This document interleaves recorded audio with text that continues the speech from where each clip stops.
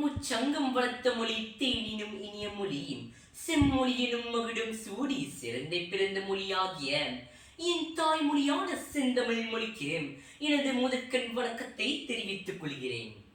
தமிழ் நெஞ்சங்களே, தமிழ் மொழி என்று கூறும் போதே நாவினிக்கும் உடல் முழுவதும் தித்திக்கும். எம் மொழியின் இலக்கியத்தை பற்றி சற்று பேசி உரையாட வந்துள்ளேன். மொழியே மக்களின் மனதை பிரதிபலிக்கும் கண்ணாடி என்பர். உலகில் எண் நிறைந்த மொழிகள் தோன்றின, வளர்ந்தன. காலப்போக்கில் பல அழிந்தொழிந்தன. சிலவே இன்றளவும் நிலைத்து வாழ்கின்றன. அம்மொழிகளுள் முதன்மையானது தமிழ் மொழி. கல் தோன்றி மண் தோன்றா காலத்தே வாளுடைய முன் தோன்றிய மூத்த குடி.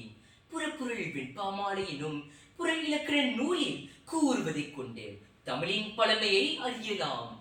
தமிழ் மொழி மிக தொன்மையான மொழி என்பதை பறைசாற்ற சங்க இலக்கியங்கள் பெரும் அரணாய் அமைகின்றது. அன்பர்களே, இலக்கியம் என்றால் என்னவென்று வரலாற்றை கொஞ்சம் புரட்டுவோமாம். இலக்கியம் என்பது இலக்கையை நோக்கி இயம்புவதாகும். சமுதாய வாழ்க்கையில் பிரதிபலிப்பாக அமைவது தமிழ் இலக்கியம்.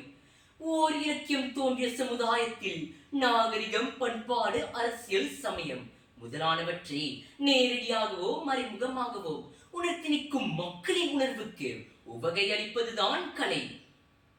அவையோர்களே, தமிழர்கள் அகமும் புறமும் தமிழ் இலக்கியத்தின் வழி வாழ்ந்தாதான் அகம் உணர்ந்தும் புறம் பகிர்ந்தும் மகிழ்ந்தார்கள்.